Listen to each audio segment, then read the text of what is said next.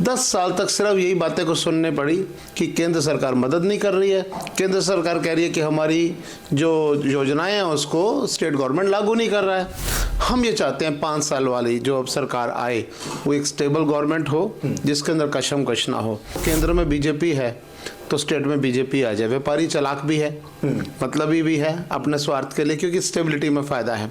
और आम आदमी पार्टी से उम्मीदें इसलिए ज़्यादा रही सबको क्योंकि वो एक मोटो लेके आए कि हम पॉलिटिक्स को बदल देंगे, तो एक उम्मीदों पे खरे नहीं उतरे वो। हाँ, उनकी कामयाबी का एक मूल मंत्र है, वो है फ्री सेवा। क्योंकि 2100 का लालच, 1000 का लालच, बिजली फ्री, पानी फ्री, इन मुद्दों के बेस के ऊपर आम आदमी पार्टी जीत रही है। लेकिन अगर मैं कहूँ एजुकेटेड वे में, जैसे हमारे केजरीवाल जी और एजुकेटेड हैं, अगर एजुकेशन को यूज़ करके दिल्ली के अंदर अगर वो कामयाबी करते, इतने मैंने इंडस्ट्रियल एरिया बनाए, इतनी मैंने डेवलपमेंट की और मैंने लोगों के लिए इतना अच्छा काम किया, इन्हीं झुग्गी वालों को रोज़गार की बात करते कि मैंने उनको अपग्रेड किया, लेकिन नहीं, वो उसी हाल में सड़ते रहें, फ्री की रेवड़ियाँ बंटती रहें और उनको उनके हाल पे छोड़ दिया गया। ये एक दुर्भाग्यपूर्ण है। नमस्कार, क्विक न्यूज देख रहे हैं आप और मैं हूं आपके साथ अंशुल त्यागी। दिल्ली में चुनावी बिगुल बज चुका है। अब ऐसे में हम पहुंच गए हैं चांदनी चौक मार्केट के इलेक्ट्रॉनिक मार्केट के प्रेसिडेंट संजय नागपाल जी के पास। इनसे जानेंगे कि आखिर इनकी मार्केट का रुख किस तरफ जाने वाला है। तो बहुत बहुत स्वागत है पहले तो संजय नागपाल जी आपका। Thank you very much. Thank you. Sanjay ji, क्या लग रहा है, क्योंकि दिल्ली में अब चुनावी बिगुल बज चुका है, पार्टियां अपने कैंडिडेट्स को अनाउंस करने में लगी हुई हैं, तो क्योंकि बीइंग अ प्रेसिडेंट, जब इलेक्ट्रॉनिक मार्केट की हम बात करते हैं, तो क्या आप लोग प्लान बना रहे हो, किस तरीके से अपनी लेबर को, अपने साथियों को समझा रहे हैं, किस तरफ आपका रुख जो है वो जाने वाला है इस बार? देखिए, दिल्ली के अंदर एक्चुअली क्या है कि 12 साल से एक फुटबॉल का मैच चल रहा है। जो हमारी केंद्र की सरकार है, फिर हमारी स्टेट गवर्नमेंट होगी, फिर एमसीडी हो गई, तो व्यापारी तो अपने आप को ठगा सा महसूस कर रहा है। हम लोग नॉन कंट्रोवर्शियल लोग हैं, हमें बीजेपी, कांग्रेस, आम आदमी पार्टी से क्या लेना देना। यस, व्यापारी स्टेबिलिटी चाहता है। स्टेबिलिटी की बात जब हम करें तो वहाँ स्टेबिलिटी के अंदर खींचतान ना हो। स्टेबिलिटी भी क्या करेगी, स्टेबिलिटी तो स्टेट गवर्नमेंट के पास थी, लेकिन खींचतान चलती रही। 10 साल तक सिर्फ यही बातें को सुनने पड़ी कि केंद्र सरकार मदद नहीं कर रही है।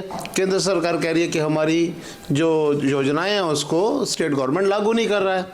हम ये चाहते हैं 5 साल वाली जो अब सरकार आए वो एक स्टेबल गवर्नमेंट हो जिसके अंदर कशमकश ना हो। अगर मैं आपको इसको कहूँ कि मजबूरी का नाम, तो मैं समझता हूँ केंद्र में बीजेपी है तो स्टेट में बीजेपी आ जाए। व्यापारी चालाक भी है, मतलबी भी है अपने स्वार्थ के लिए, क्योंकि स्टेबिलिटी में फ़ायदा है, लेकिन मेरे स्वार्थ से कुछ होने वाला नहीं है।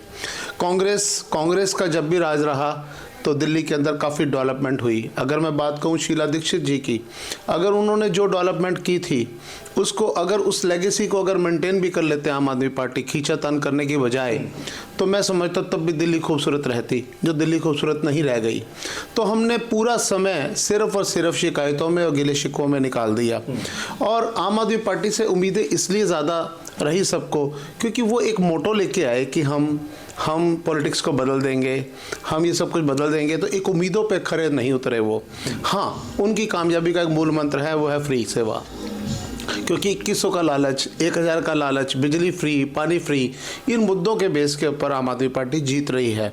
और वो हो सकता है इस मूल मंत्र से दोबारा भी जीत हासिल कर ले। लेकिन अगर मैं कहूँ एजुकेटेड वे में, जैसे हमारे केजरीवाल जी और एजुकेटेड हैं, अगर एजुकेशन को यूज़ करके दिल्ली के अंदर अगर वो कामयाबी करते, इतने मैंने इंडस्ट्रियल एरिया बनाए, इतनी मैंने डेवलपमेंट की और मैंने लोगों के लिए इतना अच्छा काम किया, इन्हीं झुग्गी वालों को रोज़गार की बात करते कि मैंने उनको अपग्रेड किया, लेकिन नहीं, वो उसी हाल में सड़ते रहें, फ्री की रेवड़ियाँ बंटती रहें और उनको उनके हाल पे छोड़ दिया गया। ये एक दुर्भाग्यपूर्ण है। तो हम अगर ओवरऑल बात करें तो एक दिल्ली के अंदर अगर हम दिल्ली वासियों का उत्थान नहीं कर पाए तो बहुत बड़ी बदकिस्मती है। तो लिहाजा हम आगे बढ़ते हैं कि ऑन मेरिट बेस स्टेबिलिटी की बात होनी चाहिए, ताकि दिल्ली के अलावा जो बाकी स्टेट्स हम देखते हैं, आप यूपी देखिए हमारे साथ हरियाणा को देखिए हमारे साथ लगते हुए, और एमपी, महाराष्ट्र, गुजरात, इन स्टेटों को देख के दिल खुश हो जाता है यार कि क्या डेवलपमेंट हुई है। और हमारी दिल्ली स्लम बन के रह गई। हम चाहेंगे दिल्ली खूबसूरत हो और हर व्यक्ति जो है एजुकेटेड वे में वोट करे, लेकिन यस, हम वोट करें स्टेबिलिटी के लिए, वोट करें दिल्ली के फ्यूचर के लिए, और उसके अंदर एक कैंडिडेट को देखें कि कैंडिडेट कौन है, कि कैंडिडेट एजुकेटेड है क्या नहीं है।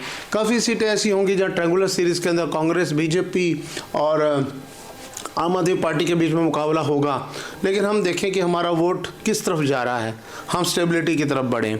और स्टेबिलिटी के हिसाब से इस वक्त जो माहौल चल रहा है उस माहौल के अंदर कहीं कुछ नहीं कह पा रहे कि क्या होने वाला है, क्योंकि मास्टर स्ट्रोक बीजेपी ने भी चला है कि झुग्गी की जगह मकान, वो कहाँ तक कारगर साबित होता है, क्योंकि कंपटीशन अभी तो फ्री की रेवड़ियों का ही है। लेकिन अगर सही मायने में दिल्ली की अगर अब कोई अच्छी बात करें कि दिल्ली की प्रोग्रेस की बात है, अगर उसको मोटो को बना के हर बंदा अगर अपनी बात करे, हर पार्टी बात करे, तो वो ज़्यादा दिल्ली वालों के लिए फ़ायदा होगा। और मेरे स्वार्थ की अगर मैं बात करूँ तो स्टेबिलिटी इज़ माई फर्स्ट मोटो, क्योंकि जहाँ पे स्थायी गवर्नमेंट है और जहाँ पे स्थायी उसका लक्ष्य है और वहाँ जहाँ पे वो कामयाबी के मूल मंत्र को लेके आगे चल रहा है, अगर उसका फ़ायदा हमें नहीं मिलता तो हमारे वोट डालने का फ़ायदा क्या हुआ। एक चीज़ और भी है इसमें, जब आप स्टेबिलिटी की बात करते हो तो इनडायरेक्टली हम कहीं ना कहीं जा रहे हैं कि कमल की तरफ इशारा जा रहा है व्यापारियों का। लेकिन क्या लगता है कि डबल इंजन की जब सरकार, क्योंकि जब हम बात करते हैं स्टेट और केंद्र में, सेंटर में, दोनों तरफ जब बीजेपी अगर हो गई या कोई भी एक पार्टी होती है, तो क्या वाकई इसका इम्पैक्ट पड़ता है? और किस तरीके से आप जब हम बात कर रहे हैं कि एक तरफ हमने देखा कि बीजेपी ने जो है जहाँ झुग्गी वहीं मकान जो है वो अलॉट करे हैं, वहीं अगर हम केजरीवाल की तरफ देख रहे हैं तो केजरीवाल ने कहीं 2100 की स्कीम को लागू कराया, ऑटो वालों के लिए, शादी के लिए, 2 वर्दियों के लिए अनाउंस किया है। इसी तरीके से लगातार 3 स्कीम जो है उन्होंने अनाउंस की है। तो किस तरीके से व्यापारिक नज़र से मैं पूछना चाहूँगा, क्योंकि आप व्यापारी हैं, तो व्यापारिक नज़र इसको किस तरीके से देख रही है? देखिए, हमारे व्यापार की बात करें तो दिल्ली के अंदर से व्यापार बाहर गया है। हमारे जितनी इंडस्ट्री है दिल्ली से सब मजबूरी वश यहाँ से गए, क्योंकि बिजली के बिल जो झुग्गियों के अंदर जो इन्होंने सब्सिडीज़ दी, उसका सारा खमियाजा मिला हमारे इंडस्ट्री के ऊपर, हमारे कमर्शियल मीटर्स के ऊपर। आज हमारी दुकानों के ऊपर और हमारी फैक्ट्रीज के अंदर जो बिल आते हैं, अगर हम आसपास की स्टेट गवर्नमेंट्स को देखें तो हमारे बिजली के बिल की दर ज़्यादा है पर यूनिट, तो वो सारा खमियाजा कहीं ना कहीं तो पड़ेगा। उसके कारण हुआ क्या, पॉल्यूशन और जो यहाँ की सफोकेशन है, यहाँ की प्लानिंग ना होना, लोग एनसीआर की तरफ भाग रहे हैं। नोएडा के अंदर आप देखिए, बहादुरगढ़ के अंदर इवन देखिए, सोनीपत देखिए, गाजियाबाद देखिए, सर हर जगह इंडस्ट्रियल एरिया डेवलप हो चुके हैं। क्या हुआ, यहाँ की इंडस्ट्री भाग रही है बाहर, ये दुर्भाग्यपूर्ण है। अगर हम दिल्ली की बात करें तो दिल्ली का गला घोट दिया गया, दिल्ली के अंदर सिर्फ वादे किए गए, दिल्ली को सिर्फ रणभूमि बना दिया गया। यहाँ पे किसी ने नहीं सोचा हमारा क्या हाल है, हमारा मजाक बना दिया गया, एक वोटर का मजाक बना दिया गया। हम समझते हैं कि मेरी जो राय है, आई am not saying anything, even मैं अपनी आपने प्रेसिडेंट शब्द बोला तो मैं अपनी मार्केट के लोगों को भी ये बात नहीं बोलूँगा, हर बंदा अपनी सूझबूझ से बात करे।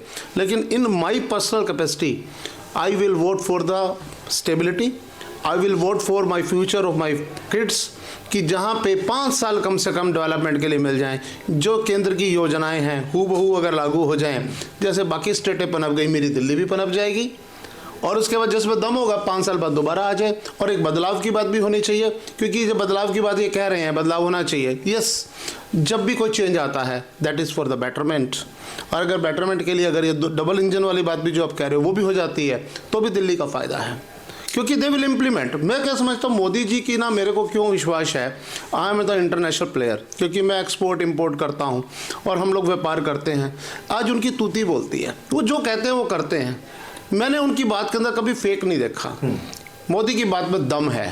तो अगर मोदी दिल्ली के प्रति कोई कमिटमेंट कर रहा है तो 100% होने वाली है, इसलिए मेरा वोट उधर जाएगा, मेरा खुद का। I am not saying to anyone, sorry. Modi ji ने तो कह भी दिया है कि आपदा को हटाना है और दिल्ली को बचाना है। खैर वो तो उनका पॉलिटिकल स्लोगन है, सो मैं आई am not that type of person. लेकिन यस, मोदी जी के हम मुरीद हैं, अगर मोदी जी बात कह रहे हैं। लेकिन एक बात ज़रूर है बीजेपी वालों के लिए, बीजेपी वाले कार्यकर्ता, उनकी जो सिस्टम है जो यहाँ का दिल्ली प्रदेश का, उनमें ईगो कूट कूट कर भरी है। ये अपनी ईगो को छोड़ दें, ज़मीनी बात करें, जो मोदी जी की वर्किंग की कैपेसिटी है उसको फॉलो कर लें, आपकी सरकार घर बैठे बन जाएगी। उनकी सोच को इम्प्लीमेंट कर दें, आपकी सरकार बन जाएगी। और कांग्रेस भी अपने आप को ये ना सोचे वही पुरानी कांग्रेस जो शुरू से रही शीला दीक्षित जी के टाइम पे, जयप्रकाश अग्रवाल जी के टाइम पे, उसको वापस ले आए अपने आप को। आप भी डिजर्व करते हो। और आम आदमी पार्टी आपके लिए भी हम शुभकामनाएं करते हैं कि जो आप रामलीला मैदान में कह के आए थे उसको इम्प्लीमेंट कर दो। ये कास्टिज्म की बात, ये बांग्लादेशियों की घुसपैठियों की बात, सही मायने में आप उस तरफ मत बढ़ो। आप एजुकेटेड वे में आगे सिस्टम को लेके आओ, हर बंदा आपको वोट करेगा और बने कोई भी। हम दिल्ली वालों को क्या चाहिए? दिल्ली का विकास चाहिए और क्या चाहिए? हमारी तीनों पार्टियों के लिए शुभकामनाएं हैं, लेकिन स्टेबिलिटी जो पूरी बाकी प्रदेशों में है हमारी दिल्ली में भी होनी चाहिए। व्यापार पनपना चाहिए, व्यापार के लिए आगे प्रोग्राम्स होने चाहिए। हमारे पास फ्यूचर नज़र नहीं आ रहा। हमारी मार्केटें गंदी हैं, बुरे हाल है मार्केटों के अंदर।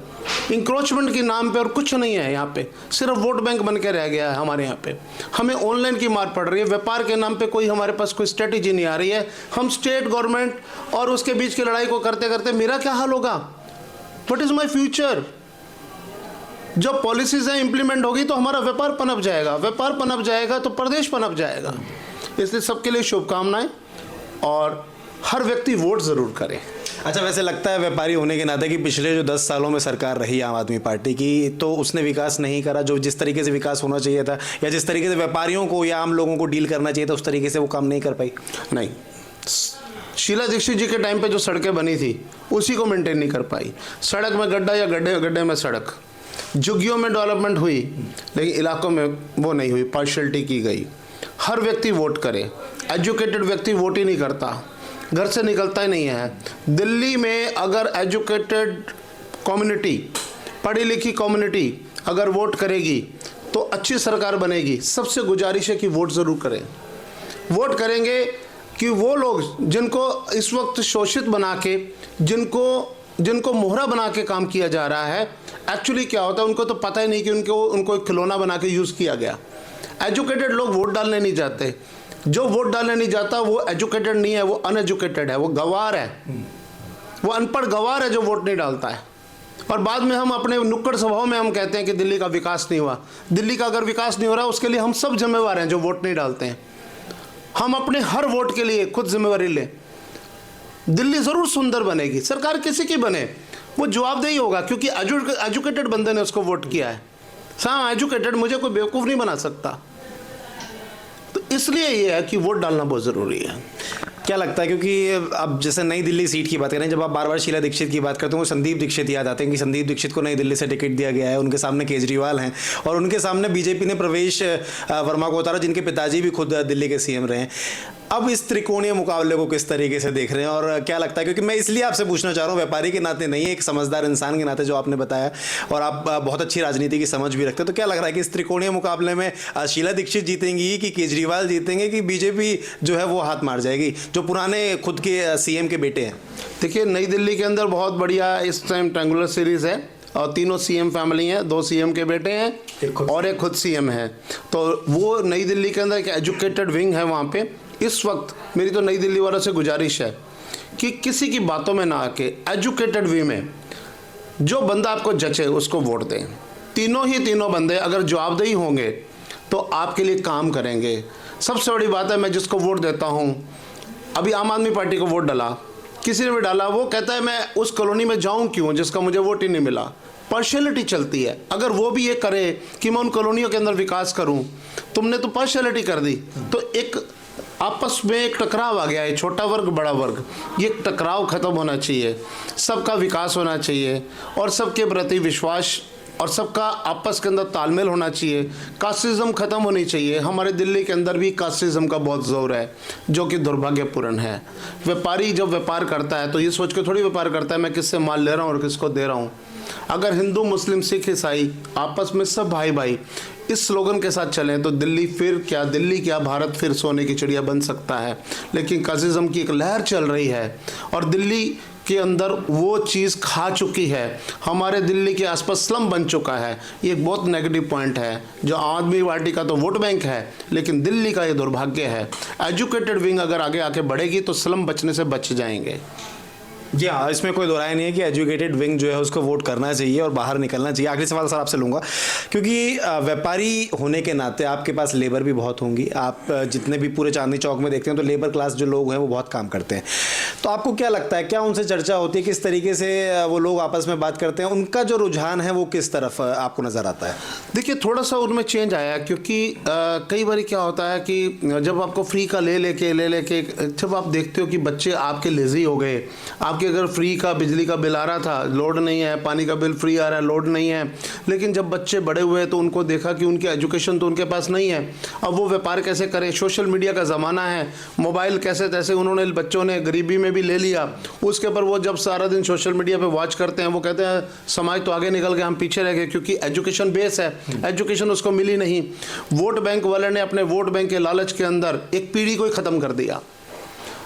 मैं समझता हूँ कि जो फ्री का माल बेच रहा है ना, जो ये काम कर रहे हैं, इन लोगों को पनिशमेंट होनी चाहिए। बीजेपी क्यों ना हो, कांग्रेस क्यों ना हो, आम आदमी पार्टी क्यों ना हो, जो फ्री का स्लोगन दे ब्लैक लिस्टेड कर दो उनको। यार आप मेरिट बेस पे क्यों नहीं वोट लड़ते हो? एक जनरेशन को एजुकेशन देना है। जैसे अभी मोदी जी ने कहा कि एजुकेट किया, सर हमारी इंडस्ट्री ना, आप मानोगे, मोदी जी ने एक मेक इन इंडिया की बात की, सर हमारी मेक इन इंडिया के अंदर लाखों लोगों को रोजगार मिल गया, हमारी इंडस्ट्री पनप गई। सर इस टाइप के स्लोगन होने चाहिए। जैसे अभी मैं एक चीज को और अप्रिशिएट करूंगा बीजेपी की, इन्होंने क्या किया, बिजली को फ्री नहीं किया, इन्होंने क्या पीएम सूर्य घर योजना शुरू करी है। अब उसमें क्या कि सोलर का सब्सिडी देके आपके घर के ऊपर सोलर लग गया, आपकी बिजली फ्री हो गई, और साथ में ज्यादा बिजली प्रोड्यूस हो रही है तो उस बिजली का फायदा का, उसकी जो मीटर की जो रिवर्स रीडिंग है उसका फायदा भी पर महीने मिल गया। पॉजिटिव वे में चला ना, वो पैसा जो आएगा फ्री का फ्री बच गया, और जो पैसा आया वो बच्चों के एजुकेशन पे लगाओ। तो ऐसे पॉजिटिव जो भी इस तरह की योजनाएं हों, हम उसका स्वागत करेंगे। इसी तरीके की योजनाएं आएँ, ताकि एक बात और मैं मोदी जी के कहता हूँ, आप कहोगे मोदी जी की बात करते हैं, कि मोदी जी ने कहा था जिस वक्त पहली बार आए थे कि हमारे यंगस्टर्स अपने आप को स्किल के अंदर तैयार करें, हम अपने यंगस्टर्स को एक्सपोर्ट करेंगे बाहर की कंट्रीज में। सर उसका अभी नक्शा नज़र आना शुरू हो गया। जब हम बाहर जाते हैं वहाँ पे यंगस्टर्स, वहाँ पे उनकी जॉब्स हैं, अच्छी अच्छी जॉब्स हैं, वो जो वहाँ कमा रहे हैं अपने माँ बाप के पास, फॉरेन करेंसी भेज रहे हैं, तो क्या हो रहा है, हिंदुस्तान स्ट्रांग हो रहा है। इस तरह की पॉलिसीज होनी चाहिए। एक चीज़ और भी है, आखिरी सवाल लेता हूँ मैं आपसे, कि आम आदमी पार्टी के जो संयोजक हैं फिलहाल, पूरे पुराने सीएम उनको कहा जाना चाहिए, क्योंकि आतिश अब सीएम है, तो उन्होंने ये कहा कि मैं पिछले कुछ सालों में जो मैंने वादे किए उनको मैं पूरा नहीं कर पाया। प्रेस कॉन्फ्रेंस में खुद उन्होंने कबूल किया, लेकिन मुझे आगे आने वाले समय में और 5 साल दीजिए तो मैं उन सब वादों को पूरा करूंगा। वहीं बीजेपी भी अपनी नई स्कीमें जो हैं वो लगातार अपने वादों को पूरा कर रही है, कहना चाहिए, क्योंकि जहाँ झुकी वहीं मकान का वादा जो है उन्होंने पूरा किया। इसी तरीके से जो आगे भी वो बढ़े। आपको क्या लगता है, आपकी क्या स्टेटमेंट है कि वाकई अब लग रहा है कि आने वाले 5 साल में अगर फिर से दोबारा दिल्ली की जनता आम आदमी पार्टी को मौका दे देती है तो क्या हालात सुधर जाएंगे? क्या लंदन पेरिस बन जाएगा? क्या स्वास्थ्य सेवाएं सुधर जाएंगी? क्या मोहल्ला क्लिनिक कारगर साबित हो जाएंगे? देखिए आईटी के अंदर कोई स्टूडेंट अगर होता है ना, हम कहते हैं कि बीटेक लड़का है, 4 बीटेक लड़के जो सोच रखते हैं आईटी का एक लड़का रखता है, ही इज आईटीएन। अगर 10 साल में अगर उसने अपनी दूरदर्शिता से कोई कर्म रूप नहीं दिया, बातें बहुत अच्छी करते हैं जनाब, और मेरे तो गांव के भाई, मैं भी हिसार का हूँ और भाई साहब भी हिसार के हैं, ठीक है, वो एक अलग मैटर है कि यू आर वेल एजुकेटेड, लेकिन इम्प्लीमेंट, मैं समझता हूँ जो आपकी एजुकेशन थी, जो आपका एक चेहरा था ना जिसको देखे हमने भी वोट किया था कि यार ये बंदा आ गया तो दिल्ली को बदल देगा, देश को बदल देगा, वो इनोसेंसी कर्म में नज़र नहीं आई, उसमें शातिरता नज़र आई। अगर वो कर्म रूप बन जाता तो हम भी वन साइडेड आज मुरीद होते, लेकिन we are not negative for anyone, ये तो बात की बात है, लेकिन यस वो इम्प्लीमेंटेशन नहीं हो पाया। अब हमें चेंज कर देना चाहिए, चाहे हम कांग्रेस को दें चाहे हम बीजेपी को दें, हम उस तरीके से अगर जाते हैं तो change will be better for Delhi. और अगर आम आदमी पार्टी आती है तो उसका एक सबसे बड़ा एक माइनस पॉइंट और भी है, केसेस आर पेंडिंग। पता लगा इधर से सरकार बन रही है, उधर से जनाब अरेस्ट हो रहे हैं, तो वो दिल्ली का फिर दुर्भाग्य हो जाएगा। तो इसलिए I think we can not take the risk, हमें स्टेबिलिटी की तरफ बढ़ना चाहिए और वो एक नॉन कंट्रोवर्शियल सरकार बने। अगर फिर बीजेपी की बनती है, सपोज काम नहीं करेंगे फिर बदल दो। अपोजिशन के लायक तो बहुत अच्छे हैं केजरीवाल साहब, ये अगर अपोजिशन में भी आएंगे तो भी अपनी अगर जो इनके पास एक परमात्मा ने इनको अदा दी है उस हिसाब से जो उजागर भी करते रहेंगे, तब भी ये बहुत अच्छे साबित होंगे। दिल्ली वालों के दिल में बस जाएंगे। आपको याद होगा जब कांग्रेस की सरकार होती थी तो बीजेपी अपोजिशन में एक स्ट्रांग अपोजिशन के रूप में होती थी और उनका किरदार भी ऐसा होता था कि जिसके कारण कांग्रेस कैसे भी करती थी एक काम देश के लिए करती थी। बिल्कुल। तो इस तरीके से अपोजिशन में भी होना कई बारी जो है वो सौभाग्यशाली हो जाता है और फिर कोई कमी पेशी रह जाएगी तो पंजाब में अच्छा कर लेंगे तो फिर लहर आ जाएगी इधर भी। दिल्ली की 5 साल बीतते कितनी देर लगती है। जी हाँ, बिल्कुल दिल्ली में आ जाएंगे। मैं बस आखिरी सवाल आपसे कि चांदनी चौक के अपने साथियों के लिए, अपने लेबर क्लास के लिए क्या कुछ संदेश प्रेसिडेंट के नाते देना चाहेंगे इस चुनाव को मद्देनजर रखते हुए? देखिए, हमें अपना जो वोट डालना है अपने व्यापार के लिए डालना है। व्यापार हमारा सुरक्षित हो, स्टेबल हो, सिक्योरिटी की कोई दिक्कत ना हो, किसी तरह की किसी भी व्यापार को ये भय ना हो कि मेरा व्यापार छिन जाएगा। उसके लिए हम स्टेबिलिटी के लिए वोट करें, अपने बच्चों के लिए वोट करें। राजनीति के जो अखाड़े चल रहे हैं ये इन्होंने हमें रोजी रोटी नहीं देनी है, हमने मेहनत करनी है, अपनी रोजी रोटी चलानी है। हमारे मन में कोई मतभेद ना हो।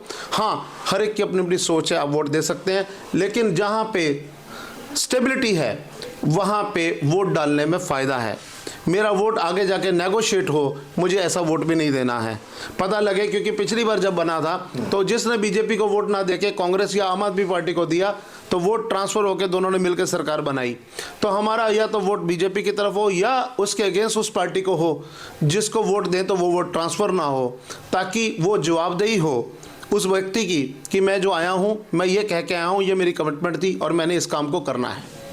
जी हाँ, तो ये मेरे साथ थे संजय नागपाल जी, इलेक्ट्रॉनिक मार्केट के प्रेसिडेंट हैं चांदनी चौक से। बड़ी खूबसूरती से समझाया भी और बताया भी, और ये भी बताया कि किस तरीके से चुनाव जो है वो व्यापारी या उसमें जो है पार्टियों का साथ देने वाले हैं, साथ चलने वाले हैं, और किस तरीके से वो संदेश जो है अपने लेबर जितनी भी यहाँ पे काम करने वाली अपने साथी जो कलीग्स हैं जो साथ में काम कर रहे हैं उनको दिया है। बने रहिएगा हमारे साथ। दिल्ली इलेक्शन से, दिल्ली चुनाव से जुड़ी बहुत सारी अपडेट्स अभी आपके पास तक पहुँचाते रहेंगे। कैमरा पर्सन अभिषेक के साथ मैं अंशुल त्यागी, चांदनी चौक, दिल्ली।